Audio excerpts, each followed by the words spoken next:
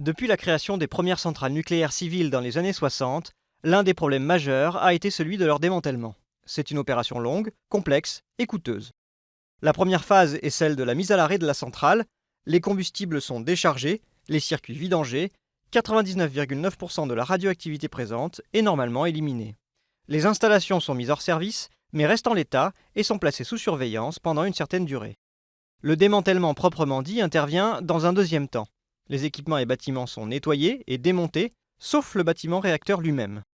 Même si les parties les plus contaminées ne sont pas traitées à ce stade, ce démantèlement doit être fait avec précaution, en procédant au nettoyage, à la découpe et au traitement approprié des déchets. Le bâtiment du réacteur reste lui confiné et surveillé. Ce n'est que dans un troisième temps que le bâtiment du réacteur est démonté. C'est l'opération la plus délicate. Il faut rompre le confinement du réacteur en prenant soin de ne pas contaminer l'environnement et le personnel. L'industrie nucléaire a mis au point des robots télécommandés pour effectuer une grande partie de ce démontage.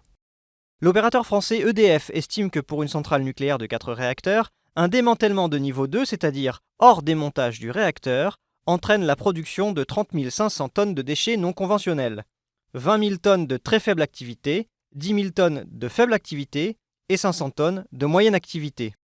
Ces chiffres restent soumis à caution. L'OCDE parle, elle, de 36 000 tonnes pour un démantèlement total. Aujourd'hui, aucune centrale nucléaire de production n'a été entièrement démantelée.